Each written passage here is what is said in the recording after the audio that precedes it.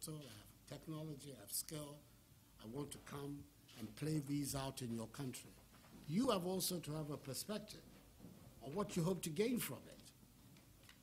And the main things that we're looking for to drive our development is expanding rapidly our infrastructure, creating much more manufacturing capability on the continent,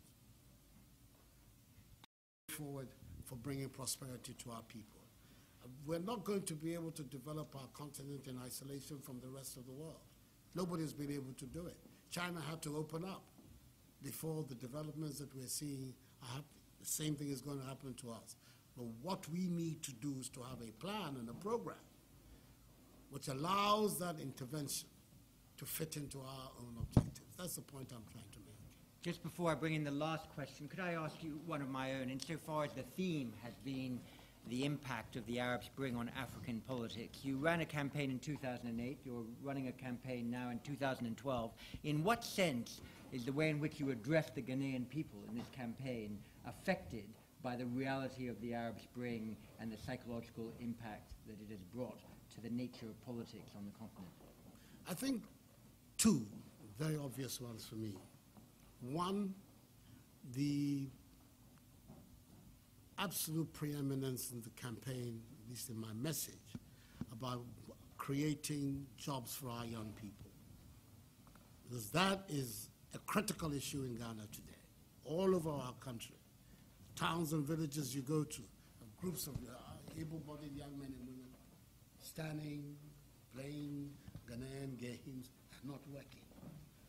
And clearly, that's the material out of which Mohamed Bouazizi comes from. That is a matter that we need to deal with head on. And then, of course, there's a corollary to that, education. So the emphasis that we're making on education and on jobs, I would say some of it is directly affected by the events that have taken place in North Africa. And the last question is you, sir, with the red and black tie, if you stand up. Very, very famous veteran journalist. Excellent. In Ghana, Cameron Dodo. Thank you very much. Cameron Dodo, New African. I know that my profession bears a lot of responsibility for shorthanding this Arab Spring business. But wouldn't you accept that, in fact, perhaps we are putting the cart before the horse? If you look at what happened in Cote d'Ivoire in 2000, when the people chased General Guerre out of Cote d'Ivoire because he wanted to change the result of the election. If you come to Nigeria and look at the struggle that the people put up against General Abacha, the heroic deaths of people like Ken Saro-Wiwa, we didn't have 24-hour television in Cote d'Ivoire or Nigeria. But that doesn't change the fact that these things happened. And I think perhaps there's a little bit of a falsification of history when it is pretended that the Arab Spring is actually the mother of democratic movement in Africa, whereas they've been going hand in hand. And probably what happened in Black Africa had a far greater effect on the future of the continent than the unconcluded as yet Arab Spring. I think I don't have to respond to that.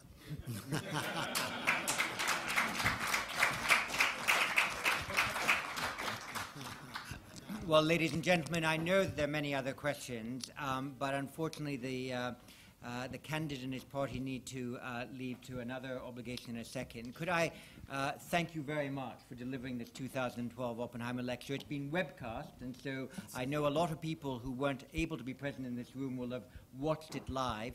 Others can study it more carefully at their leisure. We will post the formal remarks that you delivered on our webpage soon. Thank you very much for bringing together these difficult issues for us again.